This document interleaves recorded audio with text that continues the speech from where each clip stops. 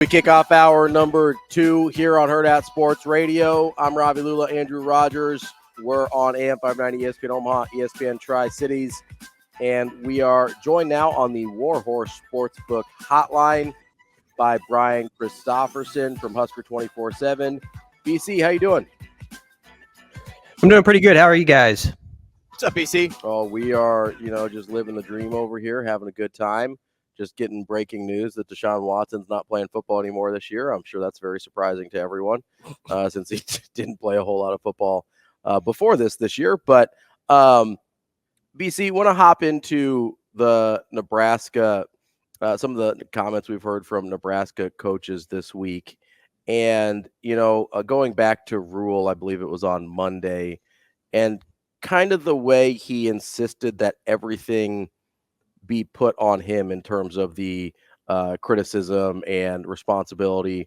Like, on the one hand, I appreciate that from a head coach. He's not throwing anybody under the bus. He's taking accountability.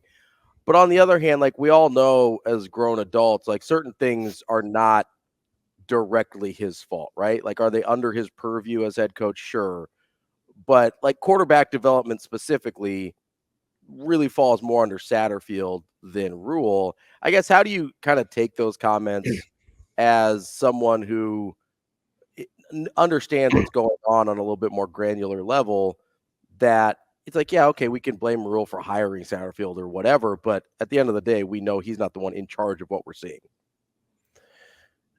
Well, first off, it's just smart head coaching to not take that public, Sure. yeah. So what he said makes a lot of sense. And also, I don't know in private that there's a big clash between what's going on either or anything like that, because this staff is so intertwined, and I knew when he hired the guys he did, when you looked at their resumes and their track records and how far they went back together, that when Rule speaks of that day-to-day process, the guys he hired is a staff that he's willing and wanting to take it on for a while with. It's not going to be just like I don't think in very few cases would it ever be like a one-year adventure somewhere, maybe even a 2-year adventure. I don't know. I just think he has enough of a belief in how they operate and how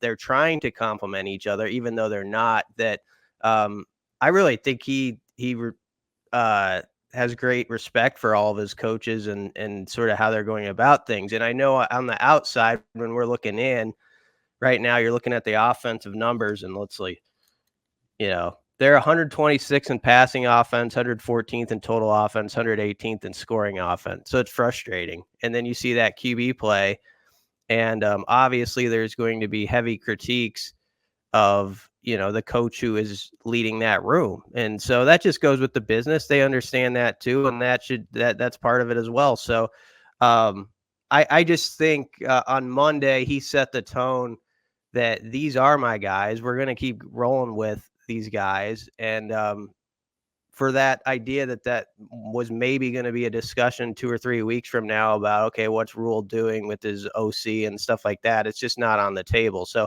I thought in a way he kind of slid in there that's not a conversation right now. I realize outside the walls you're going to critique and do whatever you want to say about how it's going, and that's fair. But this is a process that we believe in. So I felt like that's what was trying to be established there. BC, I agree with you that the Satterfield thing, or moving on from Satterfield, was never going to be a conversation. Do you think it's going to be a conversation, though, about hiring a separate quarterback coach in the offseason? Well, you never know. I would never say never on that. Not with insight about some direction they're leaning. Within their staff, they'll have to decide. Josh Martin was kind of on an interim basis at the tight end spot, and I'm not suggesting anything. I'm just saying if we're going to have this conversation, you don't know what they're going to do there after he filled in this year. He might just stay in that post, but maybe not, and you can move some things. I don't know if that's a possibility. If it is, last year, about this time in December, we thought for a week or so, that Satterfield was actually going to coach the tight ends, and there would actually be a different QB coach. So when you ask that question, it triggers my mind back to 10 or 11 months ago, and at least knows that that's a possibility that could Jake happen. Peets, baby. Jake Peets. Bring him home. BC, you talk about one-year adventures, and I'm going to go to the other side, maybe in a more positive direction, but could be looked at as, a negative question to ask. I don't know how much you've been following the coaching carousel, or at least riding the wave like we are over here, but with jobs opening up now more and more, and with certain locations being, we'll just call them enticing, maybe for the defensive coordinator at Nebraska. Is it a worry to you at all that the UCLA job popped up? Because I think, to me, that's the one, or could pop up. I don't want to say it's popped up just yet, because we haven't officially seen Chip Kelly out at UCLA, but with UCLA transitioning to the Big Ten and Tony White being a former player at UCLA, does that worry you at all, as like if there was any job to pop up, I didn't want it to be this one? It doesn't worry me, because it's one of those deals where if UCLA, if that head coaching job were open and they offered Tony White, you just have to say congratulations. It's like, because that's like a different level. I mean, if he got a Power 5 head coaching job put in front of him, yes, it would be a blow to what Nebraska's been trying to establish, but there's really nothing you can do about that. It's more the ones I think about, like, is there any other job out there that's on a similar level as far as title, DC, associate head coach type of positions somewhere else that you have to compete against? And if there's that sort of thing that's out there, or they sniff that that's out there, and I'm sure if they'd have those conversations face to face, I would do whatever it took to match and go beyond and keep Tony White in that seat. But your question is a good one, Andrew, because it brings attention to just another thing that's out there, and how you got to hang on to the bar on this ride now, because we're now entering those weeks and months. But that one in itself, I would just tip my hat into Tony if that happened, and be like, congrats, man. Like if you got it, it would be tough. But I do want them, if there's any job that is viewed as lateral or the same as far as defensive coordinator wise, I really hope Nebraska can win that standoff, understanding the importance of what he's doing. BC wanted to move to the quarterback room here. Obviously, we know Harburg has the ankle injury. Maybe I'm out of line here. I don't think he's playing this week based on that injury and his skill set. We know Jeff Sims is the only one that's actually healthy, but it sounds like Chubba Purdy can go as they split reps this week. If you had to put money on it, who's your starting quarterback at taking that first snap in Madison? If I put my Toyota RAV on it, I would say it's got 101,000 miles now, so I don't know how much it's valued at, but I would say Jeff Sims. Like $3-4 grand on that baby, right? Yeah, so it's something. So I would say Jeff Sims, though. Yeah, I kind of do. Not for sure. I like how game Purdy was to the moment on Saturday.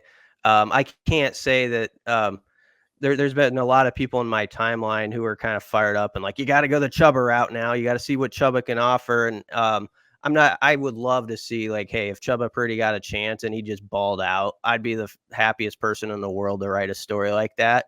I'm just not in the crowd that thinks like it's obvious that you just go that route. Like I've seen data from every quarterback that's in that room now that leaves me uncomfortable about how it could go.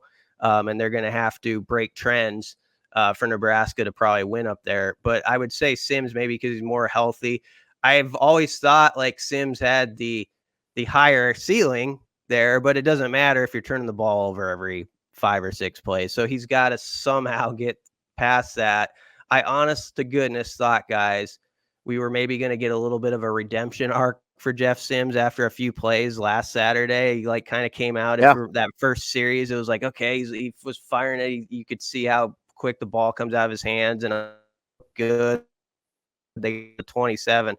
And then after that 4th and 2 got blown up, it just went the other way. And those 2 plays, the last 2 turnovers he had were just so disheartening because but both of them were just errors unforced. So I'm nervous about their situation there. I just don't know what the obvious answer is. I'd probably start Sims and I'd have Purdy like ready to roll, a quarter in if it's not going hot. BC, we've heard a lot. You make that one play, and that's the one to win the game. But should this team and staff be thinking about playing to win or focusing on playing it safe? I know that sounds ridiculous, but with a team with all the offensive issues, it's a revolving door of offensive issues. Taking the points versus taking a shot has to be front of mind right now, right? Yes, I understood what they're saying, and there is truth to that within, I think, the context of a game. But I think in that specific moment, I fall in the crowd and I try to always not say or write things that I didn't think in the moment. And when Nebraska was facing 3rd and goal at the 7, I was standing next to Mike Babcock in the lobby because we'd just come down the elevator, and I was muttering to him. I was like, they just got to get 3 points here. You got to get 3, at least get the 3, put your defense out there. So that was my thought in the moment. That doesn't mean I'm some bright guy, but I was just nervous about, whenever that ball goes in the air, you don't necessarily expect good things to happen right now. And especially in a condensed space, when you have 22 athletic dudes in a 20-yard space on the football field, whenever you get inside their red zone like that, it's just, you got to be really precise or bad things happen at any level, including the NFL. And so that's why, to your question, Andrew, I think the biggest thing is getting those bowl practices right now. And if taking 3 points there can help you do that and build that winning culture, that's the biggest thing that's out there to claim that. So for that specific play, I didn't agree with what they did. For the general thought of within a game, you can't just curl up in a ball in the corner of the room. I get that too. And so they do have to operate, but I think there are moments where you gotta pick and choose there. BC, do you think I get what you're saying for sure, but I also kind of have this pushback reaction where we think that, okay, if they had chosen to run the ball, then they have no chance of scoring a touchdown there. And that seems to be what people are insinuating by being like, well, you're either playing for 3 or you're passing the ball. It's like, well, Nebraska's actually better at running the football. Like, isn't there a decent argument to be made that they had a better chance scoring a touchdown by running it 3 times as opposed to throwing ever? Yeah, that might be the case too. I mean, yeah, I get what you're saying too. I'm just saying on the 3rd and goal on the 7, in most cases with most teams, you'd be like, yeah, that you're throwing it. Like you're watching an NFL game on Sunday or some of the teams that are, rolling at a high level in college offenses, you'd be like, yeah, that's a throw situation and you'll see what happens. And if not, they'll kick the field goal. Sure. But you're right. Nebraska probably, they're stronger up front. I do think when you got the context afterwards or clarification that the first down play was supposed to be a handoff and not a pass, maybe that helped in some people's minds because they at least knew, okay, the first 2 were supposed to be runs. But yeah, I think there was a general sense that within this fan base, which is savvier than people give it credit for, right now, as it's the old Tom Osborne philosophy, when you throw the ball, there's 3 things that can happen and 2 of them are bad. And it feels like right now it's like 2.5 of the 3 things that can, you almost want to raise it if you can, if that's possible to play at the numbers. Like 2.5 out of 3 things are bad. There's nothing good almost, it seems like, can happen.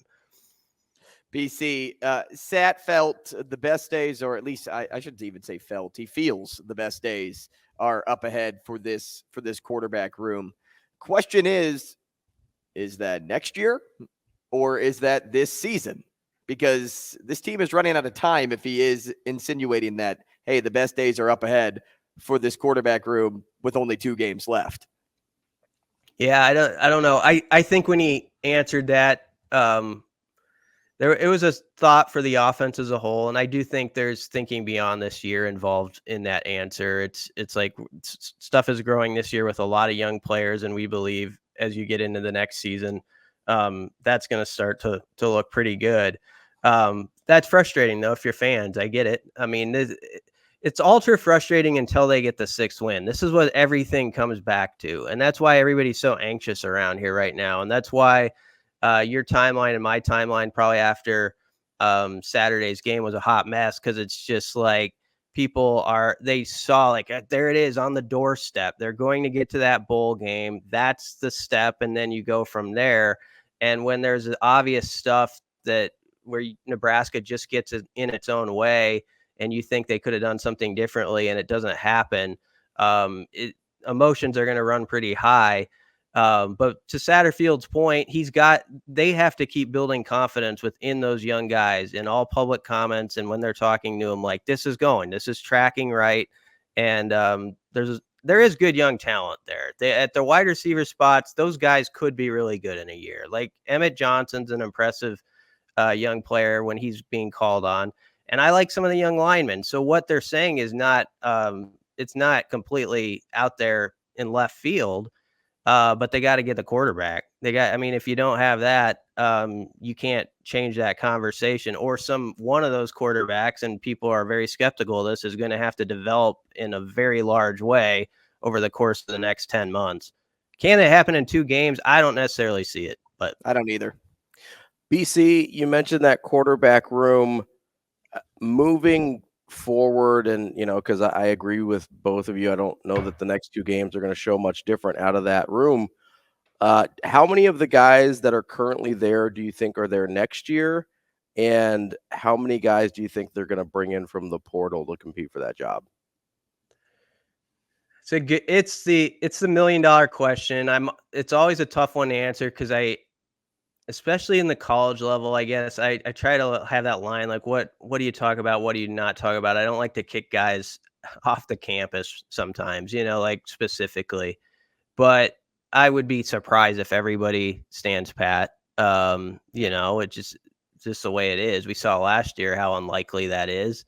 I would think someone like Harburg will be in the competition still next year, a Nebraska native, and that's probably the obvious one. And then I think there's got to be some entry from the outside, at least one who is a serious entry where like when you see the headline, everybody's like, oh, okay. And they start to get excited around Christmas time or whatever, like that could be something. So I do feel like there's got to be one guy at least like that.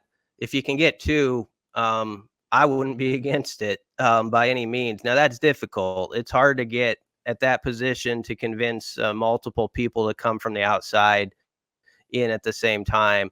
But there does have to be someone else, I think, to enter this mix and shake things up. Because I don't know, we've seen data. We have data in front of us on all the people. We're not talking out of turn here. We've watched the turnovers pile up, and right now it's standing in the way of Nebraska probably having 7 wins or so. It is. I mean, this could be that kind of season right now, and that position has not met the bar that you have to win at this level.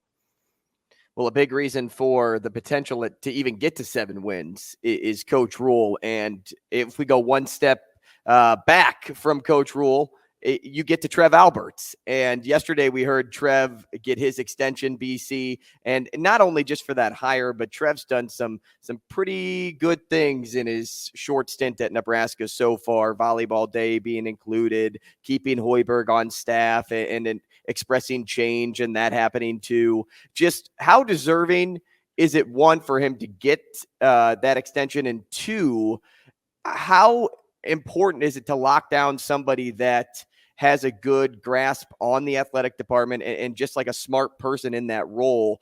Because, some athletic departments out there aren't run very smoothly or properly, but Trev seems like somebody that has been able to do that at Nebraska. I think the biggest thing with that right now is I sense Trev Alberts has a strong ability to connect with his peers and the higher level people in the league.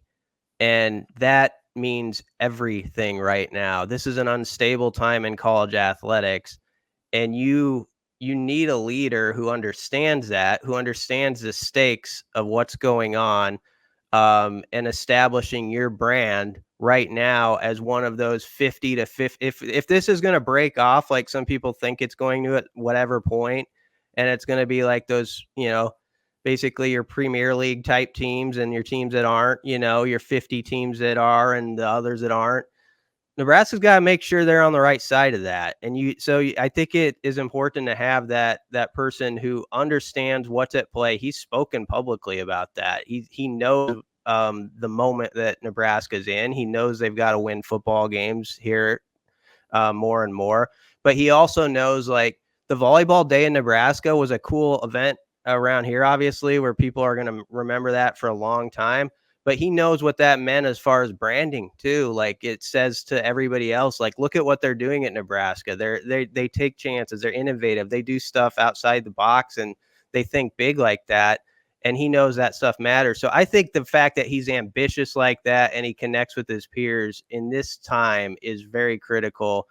And the biggest thing will be if that football program and the coach he hired can win some more games, and also the stadium project. I mean, that is a project of all projects that most, ADs would never attempt. And a lot's going to come back to how that comes together and if it works, and if it, 10 to 15 years from now, we're like, man, that's a special place over there. BC, we've got about a minute left here. For all the positive things that we mentioned about what Trev has done and the projects he's working on and stuff like that, I mean, if we're being totally honest, we're going to judge this extension 3 years from now on how many wins the football team has, right? Like, that's it. I think it's a top one. Yes. Because if football's like 8+ consistently a few years from now, 8 wins, and you're like, and they're thinking about 10 wins some seasons and better than that, then yeah, everything will be fine with the branding, because that's the biggest part of branding in college athletics. I mean, it's the thing that everybody across the country pays attention to. Like, a person in Boise, Idaho, is aware of, like, who's ranked where, and a person over in this part of the country knows what's going on and who's up and who's down in college football. So yeah, that's the biggest one. The stadium project is, I think, close, and the connection with peers is important. But yes, football has to rise up, and everything else, I think, can fall into place with it. Brian Christopherson from Husker 24/7 BC. We'll talk to you again next week. Yep. Thanks, guys. Thanks, BC. That's our guy, Brian Christopherson from Husker 24/7. Coming up next, we're going to talk to our friend Kevin Suits from 1011 News in Lincoln.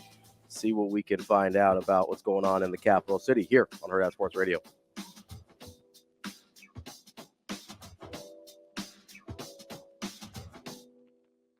We will be back